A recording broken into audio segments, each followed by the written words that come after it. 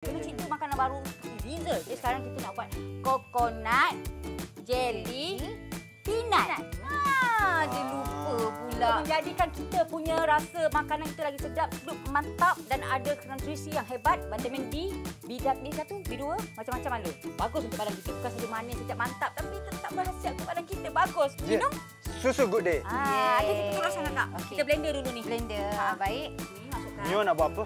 Mio nanti yang panaskan tu nanti. Okey, baik. Okey, bismillahirrahmanirrahim.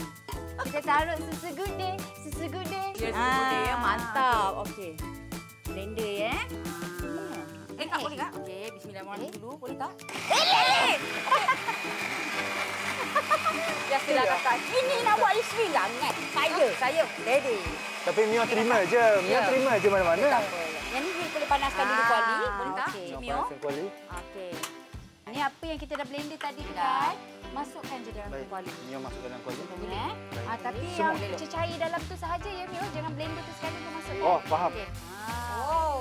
Ya. Ada gaya. Ada gaya. Oh, seksi lah dia rupanya. Kak, makin lama makin seksi. Mio rasa macam Mio gadis Lita. Mio gadis Lita.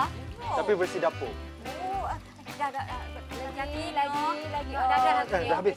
Cukup panas dah tu. Selalu ni memang panas dah gadis Lita tu. Kita letak bawang dulu kak. Mio kacau Mio seperti biasa. Seperti Memang biasa. itulah kehidupan Mio. Macam mana Mio kacau Sarima dan Tuyah? Yes. Lepas kita Faham. masuk.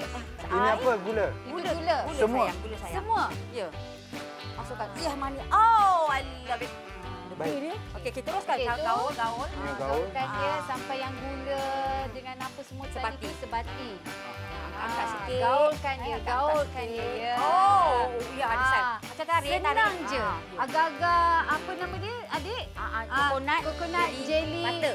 Bukan, Butter, coconut jelly peanut. Sangat mudah untuk korang mana yang dekat luar sana yang nak berniaga, yang nak hidangkan untuk keluarga, boleh sahaja. Cukup. Dah cukup. Baik. Panas Mio, tu tak? tolong tutupkan. Mio tu. Panas ke? Tutup. Tutup. Tutup api. Tutup api. Tutup api. Minta maaf.